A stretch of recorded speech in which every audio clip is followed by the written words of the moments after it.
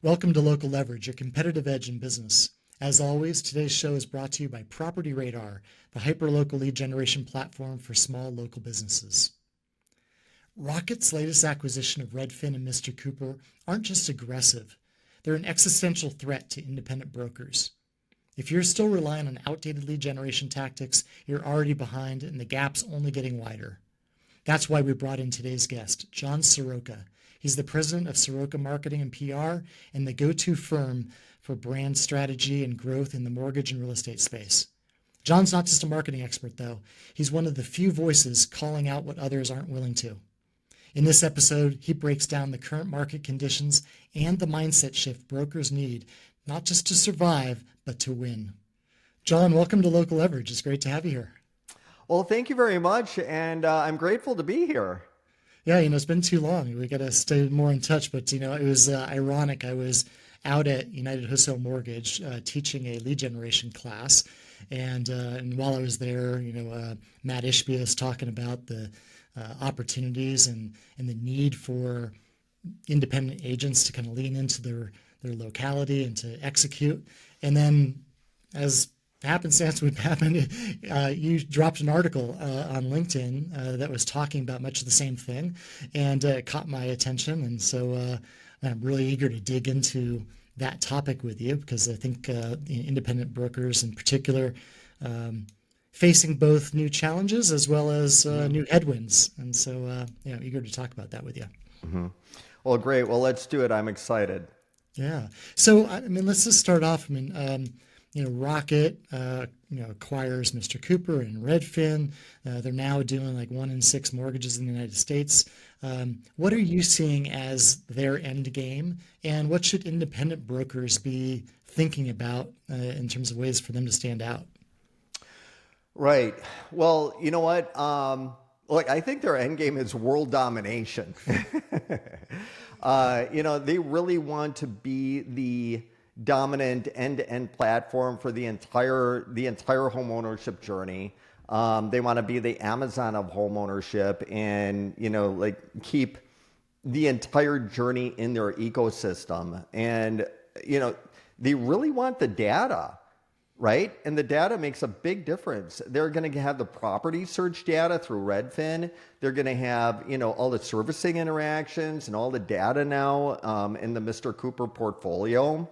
And that's going to lead to very highly personalized and very proactive conversations and communications, and really a level of automation that traditional players can't match.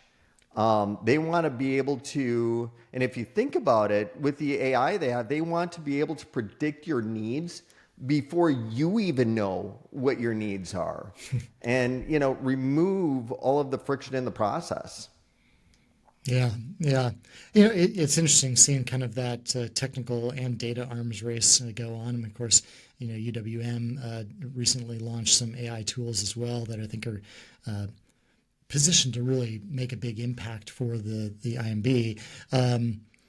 Despite that, Rocket's pressing forward and maybe has an edge on that data side, at least relative to the loans that exist or that were already written. It still feels to me like there's opportunity, like there's gaps that a local presence can solve for and still stand out. And so I'm curious, what you see as those gaps and how a local broker can exploit those gaps to stay competitive. What I would suggest is you need to really become the local expert. And Rocket, with their scale, they're going to really struggle in this area. Having the personal relationships and understanding the ebbs and flows of the local market, having those ties to local agents, home inspectors, contractors, things like that. And be really, one of the things you can really do is be hyper specialized, because knowledge is power. Okay. So forget competing on scale or, lowest price. Become a niche expert. Focus on do self-employed, VA, luxury buyers, jumbo, things like that, and really have, build out your local presence in that area in the community. Yeah, I totally agree with you. I mean, I think this is the same storyline that we tell most small business owners. I mean, it's just you have this opportunity to do things that don't scale because Rocket or whomever the big player that you're competing against is, they can't go to your local neighborhood or your community and position Exactly. themselves the way that you can, and that is the unique opportunity that I see there. Yeah, definitely. And you know what? Let me add a couple of things I just thought of. In terms of the strong local presence, leverage the heck out of Facebook, join groups, and really establish those local relationships with businesses. And very importantly, is your Google business page. You need to make sure that it's updated, it's accurate, it's ready to go. Leverage it like a little mini social media platform. Because you know what the thing is, Mark, is that consolidation is a reality. It's something we're going to be facing, and I think that this initial one, and these initial consolidations, the big ones that we see happening, these are going to be an accelerant. We're going to see much more of this going forward because there are way too many players out there, and only the strongest are going to survive. And you really need to explore these strategic alliances and JVs locally. Absolutely. Yeah. I want to touch on that a bit more with you. I mean, when we talk about kind of that, getting hyper local and establishing those connections and JVs, like let's go a little bit deeper into that. And what does that look like in kind of a day-to-day approach for a local mortgage pro? Well, I think that on a day-to-day basis, you need to really get hyper local. You need to leverage. Okay, so for example, leveraging platforms like FirstHomeIQ. All right, have you heard of I FirstHomeIQ? have, yes. Excellent. Okay. So what they do, Mark, is they provide resources, as you know, to help people prepare for buying their first home well before they're even looking for one. They teach financial literacy because our school system just does not teach that. And I think that this is a major play for loan officers, and loan officers should be leveraging this in their communities, and the IMBs should be jumping on board with them because this is something that Rocket most definitely will never do. And it can really present a true competitive advantage. And, it's a great PR opportunity as well in the community. Also, another thing that you could do is really leverage social media, but with a very local lens. Like I was saying before, joining, focus on joining local groups and pages and then actively participate in them. And, like community groups, neighborhood groups, post photos and videos in local hotspots and restaurants. And really make sure that you engage on posts from real estate agents, local agents, and inspectors, and things like that. So there's a lot that you can do from a digital perspective to really focus on your localness. And again, I think that I just became an ambassador actually for First Home IQ, so I'm really excited about it and promoting that because I really think that it's a great play and it's a huge differentiator because when you're in the community and you're helping people become financially fit, and even when they're in school yet, like you're working with students, and then you're working with the first-time home buyers and helping them get ready. I mean, that's huge. That's huge. I think on that end too. I mean, I think there's opportunity to do in person or kind of local live events where if you're on the mortgage end of it, you could couple up with an agent you trust. You could couple up with a remodeler, and you could kind of bring together resources and have these kind of like educational sessions to help the consumer wherever they are and on a specific topic and demonstrate again kind of your local presence, your intention to help people in the local neighborhoods, and also bring all of this resource that now people are going to think of when they get to that point. Mm-hmm. Mm-hmm. Yeah. Yeah, absolutely. So what, in your article that caught my attention, last month, the one of the things you were talking about was just Rocket's use of AI, and I think like everybody else using AI, especially in kind of the content and marketing position, it's just going to flood everybody, right? We can expect to get flooded with content, and so as an independent, how do you avoid being drowned out in all of that noise? Yeah, that's a really great question, and you're exactly right, Mark. And they're going to do it all. They're going to target the right products to the right people at the right time to drive refis, home equity loans, cash out. They'll have data on who's doing home searches, everything. They're going to cross-reference data sets, leverage AI, and they're going to really be focusing on building those relationships at scale with massive outreach. So the best thing that you can possibly do is own your zip code. Own your zip code and be loud about it. Leveraging the heck out of social, like I was saying before, getting involved in the community, forming relationships. And, just like I was saying with the whole First Home IQ thing, becoming an ambassador for First Home IQ, because you know what? If you show interest in it, you can certainly become an ambassador, and then you can really use that as a positioning tool in your marketplace. And also really lean into your strengths and leverage tech to amplify your strengths and not replace you. Yeah. Really double down on local expertise and relationships, and I mean go deep in terms of being the neighborhood guru. Know everything about it, like the school system, developments coming up, what's happening in the community. These are things that traditionally you expect from your real estate agent, but when you can sync with your real estate agent and you understand the same things, that's part of developing a relationship, Absolutely. right? When you're both talking the same language, and that real estate agent is going to come to know that they can count on you to reinforce them, because that's what you need to do. You need to reinforce each other, and you really need to reinforce that real estate agent and be in sync with them. So really build, and that's all about the importance of building those relationships, solid relationships with real estate agents. But you want to make sure that you're building relationships with the ones that are actually doing business. Yeah. Because there are so many of them. And we talked about this before, right?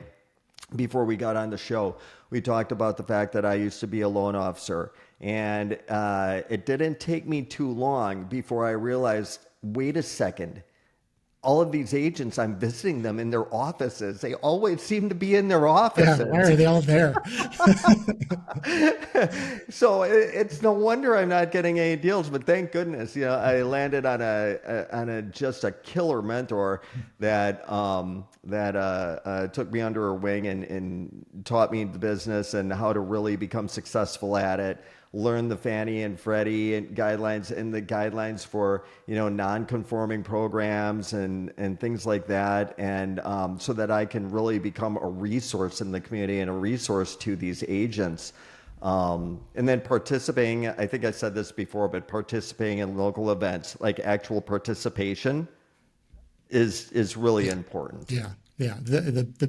The megacorp can't do that. I mean, and so Right. to that end, I have thoughts on this. I'm curious, your feedback on it. Like, if people are going to flood the market with, AI content and through all of those kind of digital channels that you expect, that sort of just outbound, peppering of message.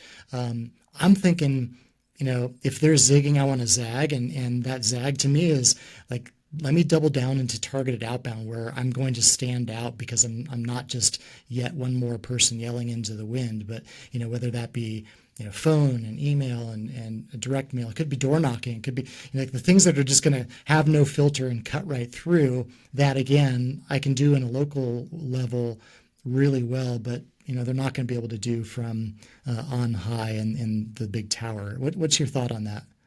Yeah, and that's a great thing that you bring up. It goes really back to digital domination, and all of the things that you mentioned, right? There isn't just like one single thing or just like a couple of different things that you can do.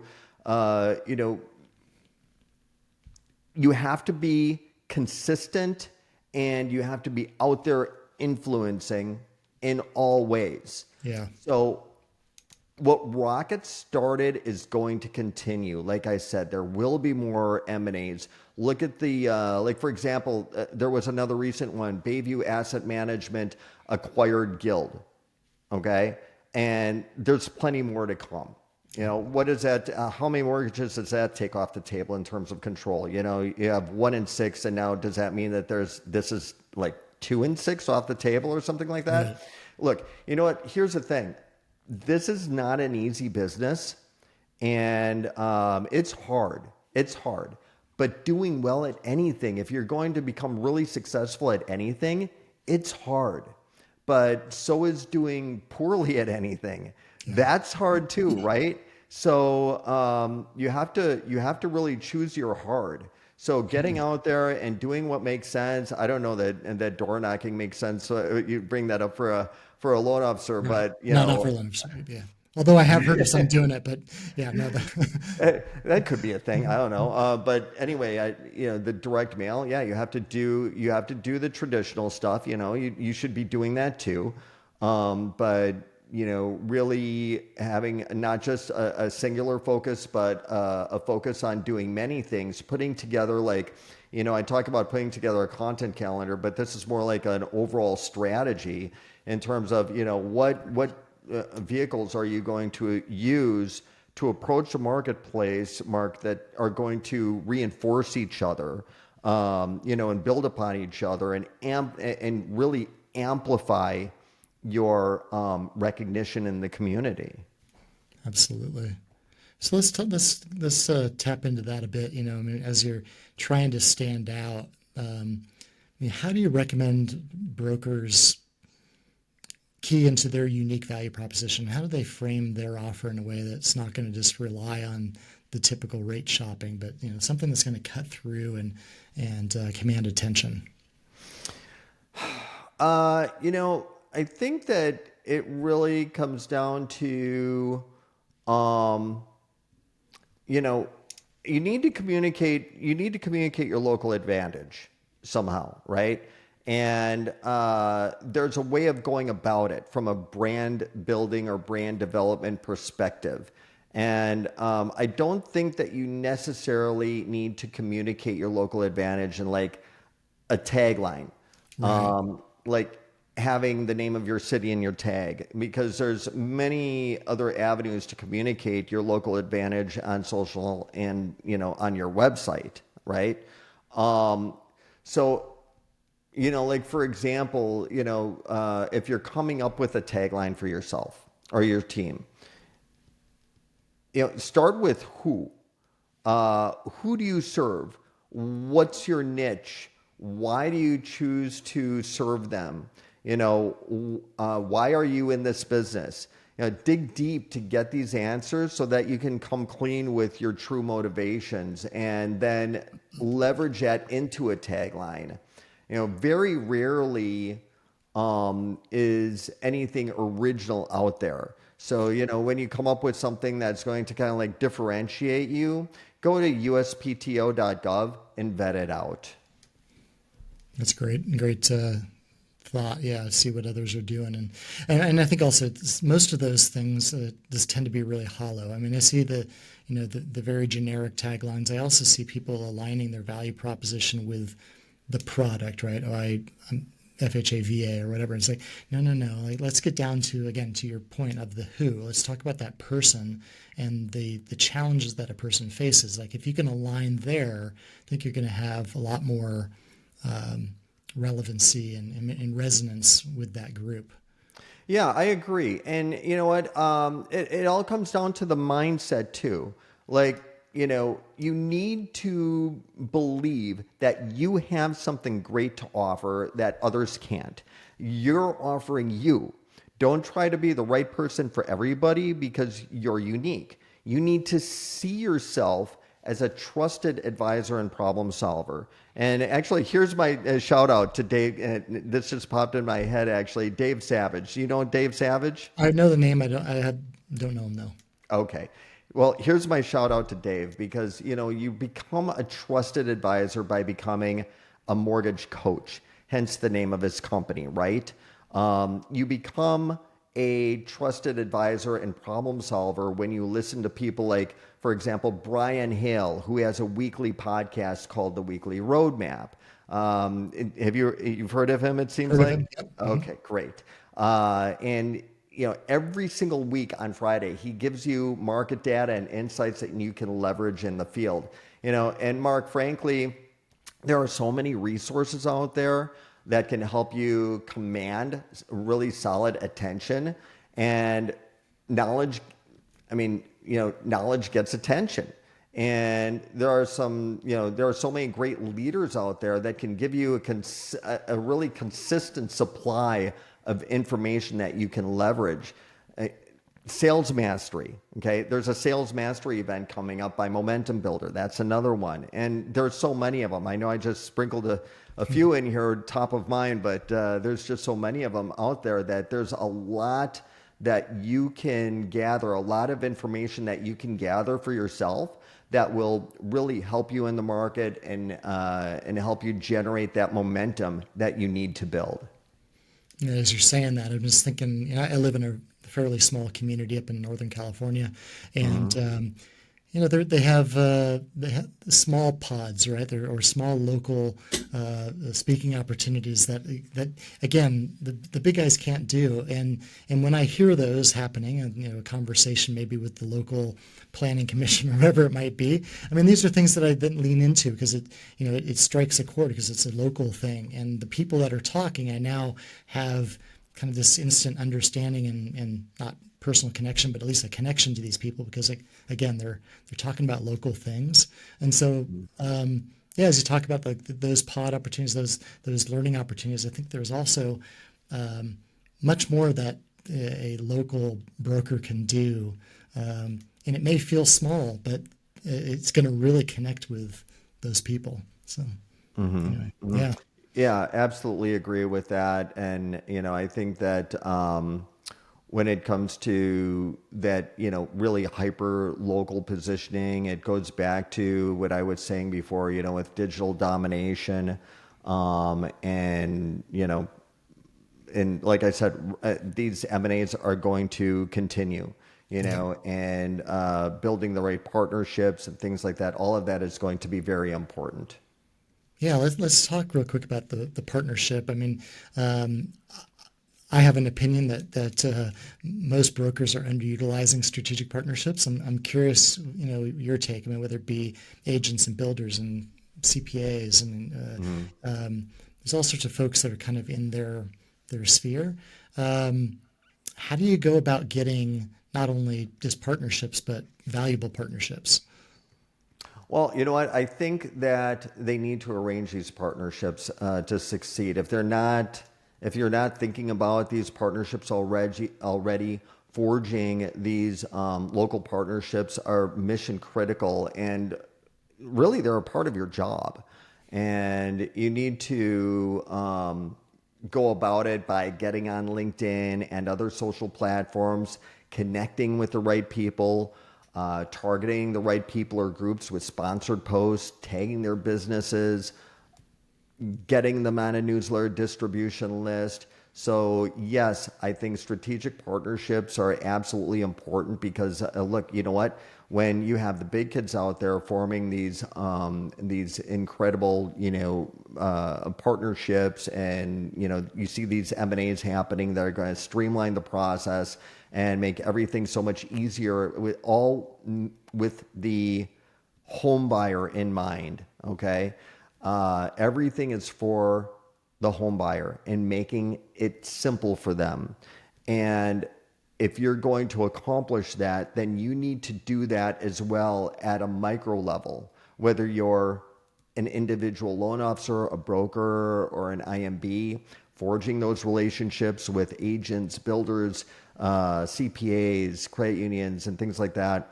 I think are very important, and it's really a part of your job to make that happen. And I remember even when I was doing this in my past life, forging those relationships was mission critical for me because that's how you get more than one opportunity at a time, right? When you have those relationships with people that have multiple opportunities that, en masse that they can share with you.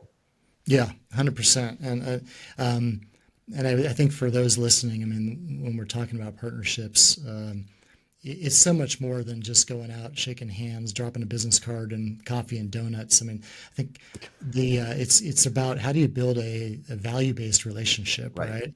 And I'll tell you, some of the more progressive folks that I've been working with recently, especially on the mortgage side, have totally started flipping the script. I mean, they are out generating lead opportunities for home buyers or for whatever, and then bringing those to an agent. Like, hey, how better a way to forge a relationship than I'm bringing you a deal versus the other, which is typical in mortgage. Like, hey, give me an at bat. Next time you have a deal, keep me in mind. Like, that's really shallow. But if you can come with some value, that's a whole different deal.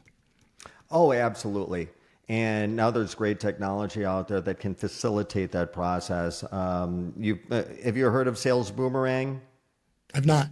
Okay, yeah, Sales Boomerang is one of those pieces of technology, and I think that, well, I hope I don't screw this up. I think that's part of Trust Engine now. Okay. And essentially, what Sales Boomerang does is when people apply for a mortgage and they're not quite qualified yet to get a mortgage, then basically it goes into a database and that lead is monitored over a period of time. And once they get to a point where they could qualify for a mortgage, then that lead is Surfaced presented again. again. And then you can take that lead and then you can go back to the real estate agent that was involved and say, hey, look, this person is ready to go, and I think that we should help them out. So Cool. yeah, you're absolutely correct, and that's an age-old thing, right? If you can bring a lead to the agent, that's golden. Yeah, absolutely. And if you put together, your right lead generation engine, you could be doing that consistently and repeatedly. Exactly.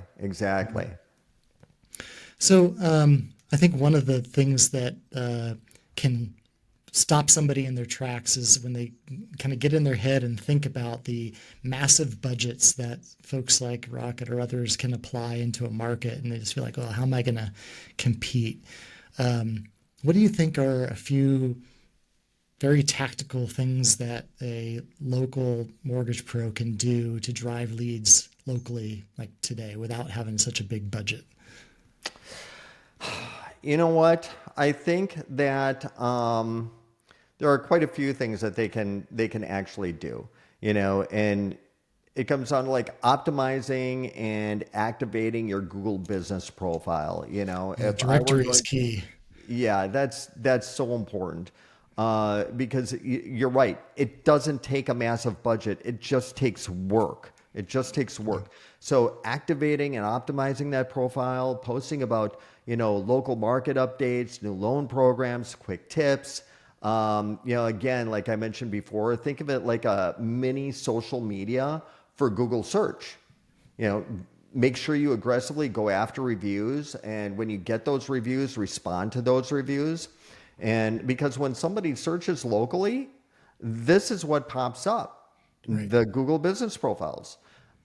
And also I would say pick one social, or I shouldn't say one, preferably pick 3 social platforms and then commit to them. Really commit to 3 to 5 posts per week that are hyper local content, and use video. Encourage people to submit questions like Ask an LO. Do shout outs to local businesses and community events.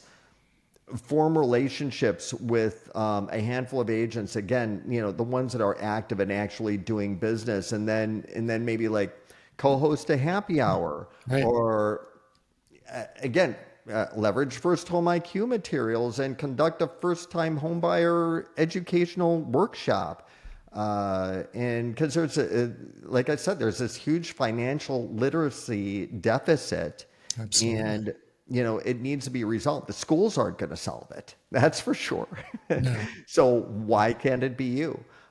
Send also what you can do is send short, quick market updates in the area, and be a problem solver. And like I said, I was mentioning these people before, like Brian Hill's weekly roadmap, and getting in sales mastery, and there's so many of them, right? And there's so much information out there that you can really leverage for yourself. Absolutely. Yeah, that's great. And it doesn't cost a fortune. Yeah, exactly. To your point, it just requires some work. So buckle down and do the work. Right. And you know what? Once you have your schedule down, your activity schedule down, your strategy down, and you start to implement and you start to, generate business, because all it really takes is just, consistency, very powerful, consistency. And then you can start to, do the great things, like start building a team around you to handle certain things, so that it frees up your time to focus on the most important things that you should be doing, which is influencing. Absolutely. I mean, I'm glad you brought up the consistency thing. I think that's so important. It's very common to see people do what I'll go to the extreme, kind of a one and done, right? They look at the new shiny object supposed to generate leads, and they give it one shot, and it didn't work, and then they abandon it and go to something else. Really critical to stick with it and maintain commitment. Exactly. So Exactly. Like I said, it's hard. You have to yeah, stick with it. It's no hard. joke. But not doing it is also hard in a different way, right? Yeah, in a worse way. Trust In me. a worse way. Yeah. Exactly.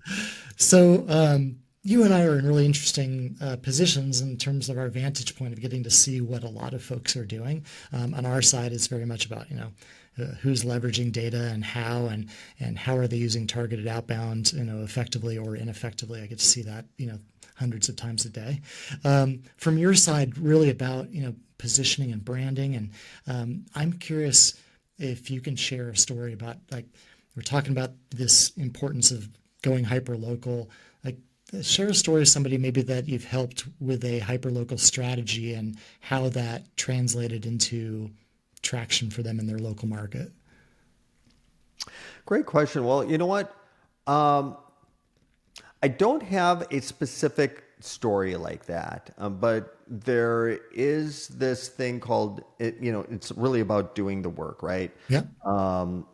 Having that story.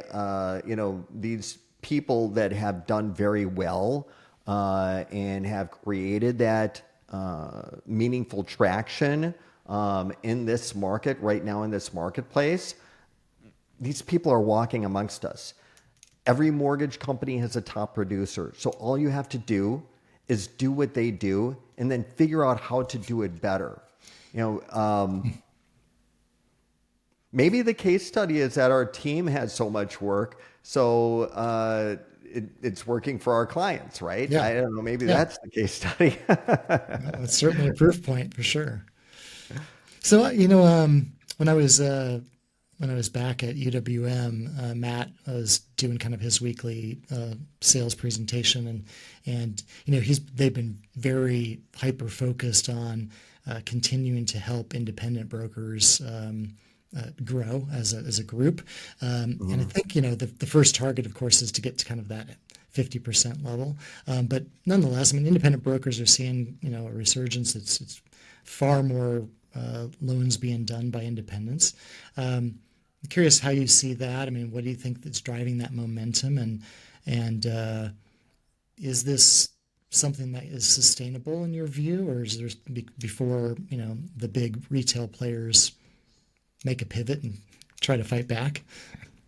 Yeah, well, you know what? I do believe that it is completely sustainable, and it has to be sustainable if you're going to compete.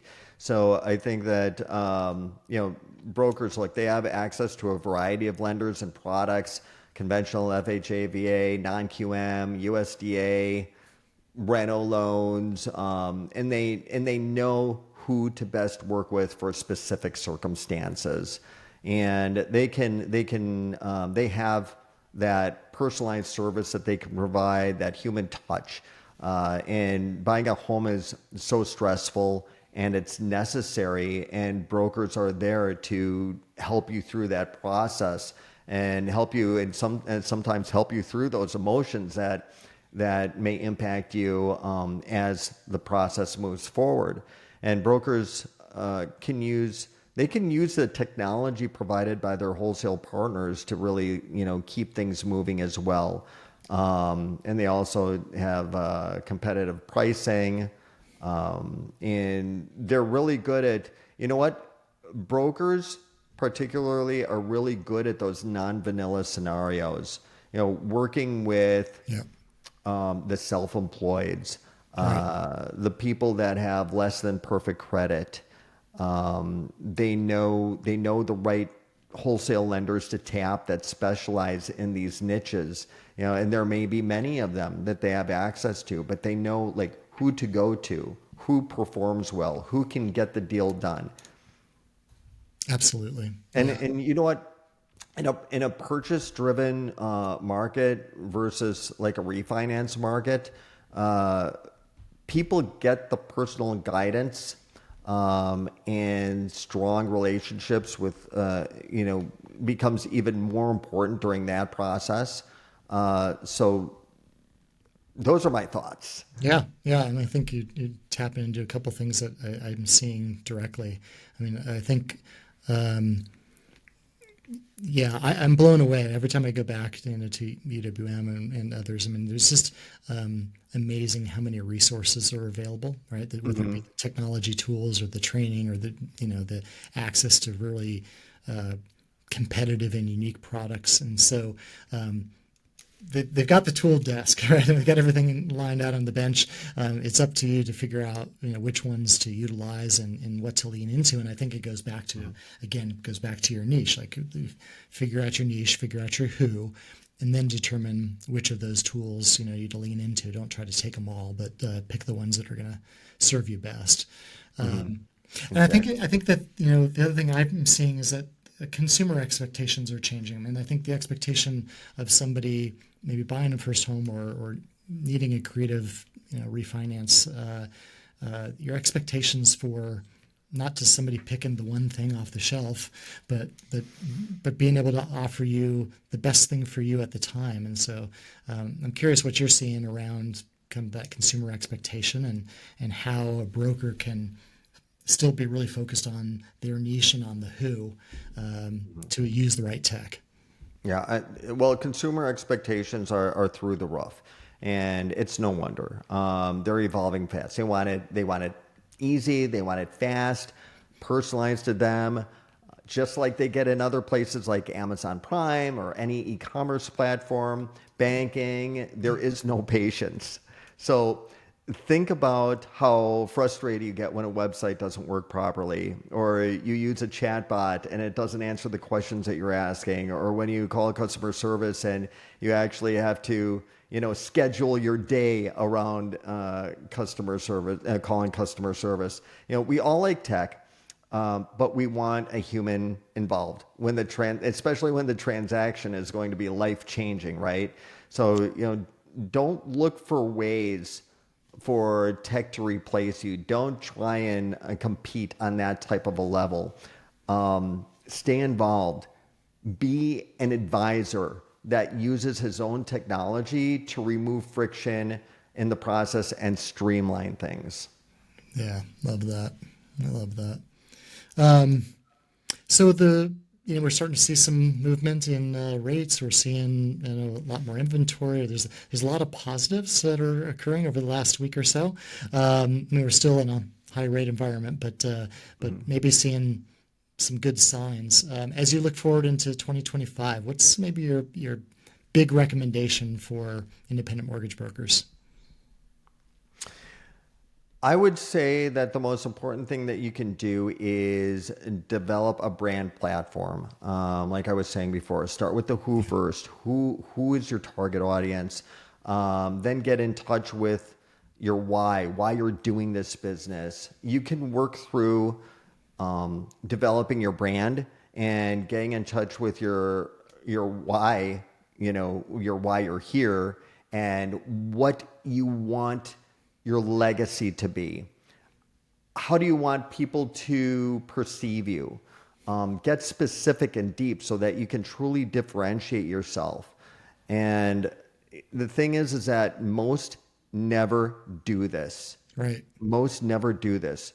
So don't lose heart, because if you think about this, if you take this business seriously, you're only competing with the 10% that are doing 90% of the business. So you might be in a, big market that's flooded with competition, with other loan officers and brokerages and things like that. But the thing is that if you're taking this business seriously and doing what's necessary, you're only competing with the top 10%, because the rest are never going to do it. They're never going to do what you do. They're not going to put in the work that you're going to put in.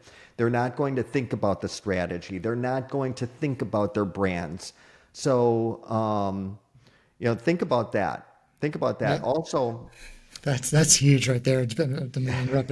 Like just showing up and putting in the reps is going to set right. you into the top 10%. And then from there you can, grow into a smaller percentile. But that's a big takeaway that I hope everybody, really. It's true. It's like when I used to walk into real estate offices, and all you have to do, look at all the people that are, all the people that are sitting in the offices all the time, are probably not doing what they really should be doing out there. So same for loan officers, right? Yeah, So absolutely. So maybe this is a good place for us to kind of tail it off is what's that framework? What do you recommend? I mean, how do I go about that process of really digging into my who and my why? Is there a series of questions, or is there a framework that you would recommend that people use to not just get superficial, but as you said, like get down deep into it and really understand it? when you dig into questions like that, and you come up with answers, like, why are you here? Why are you doing this? Well, because I want to make a good living. I want to make money. Well, there's a lot of things that you can do to make money. So why are you doing this to make money? So you have to keep digging and asking yourself those why questions, until you really get to the core of it, because there's a reason why you showed up on this doorstep and not on another doorstep, right? Yeah. Because there's a lot of different things out there in the universe that you can do to make money, and you can do very well. But why did you decide on this? And asking the question, why are you interested in working with first-time home buyers versus VA, or vice versa? Why are you interested in the luxury sector? Did you grow up in a fancy neighborhood where you knew a lot of people that owned beautiful homes, and you studied architecture, or home design or something like that in school? And is that why? So whatever you can gravitate towards that's going to provide a basis for why you're really here is going to be helpful. But yes, there are a lot of questions that you need to go through to really get into that and to dig it up. But you have to keep asking. Otherwise, look, Mark, there are so many people that I get on the phone with when I ask certain questions, like, what do how do you want your brand to be perceived? What do you want your legacy to be? Things like that. They start out by providing very superficial answers that you hear all the time. And you have to keep looking at ways to dig deeper and get a better response. I love that. I mean, that the whys, I think that's the great takeaway. I mean, I don't know, put a number on it, but it's like, if you can't go 3 or 5 whys deep, then you're probably not deep enough. I worked with a woman in Central California, and she specializes in VA for Hispanics, and she's a Hispanic VA herself, or vet herself. And so, like, she has a really, really strong why. That makes She feels that sense. this group is underserved. She's one of them. Sure. So she can approach the market and tell such a strong, resonant story. I think this is gold, and so people need to take your advice. Go a few whys deep, and make sure you really tease out the underlying motivation. If you can niche yourself down to expert status, that's golden because once you understand your why, once you understand your who, and your firm on it, and then you learn everything about your who, then just understanding that and having that level of knowledge and being able to speak to that and being able to approach business referrers, real estate agents, CPAs, lawyers, whatever, and have that level of knowledge is going to be golden to them. Absolutely. Great advice. Yeah, if you found value in this episode, make sure you hit the subscribe button. If you share this with a friend or a colleague, they can also get value from it. John, it's a pleasure getting together with you again, getting to hang out, and I really appreciate you getting tactical and sharing your secret sauce. It was a pleasure being here, Mark, and thank you so much again for inviting me. Fantastic. Thanks.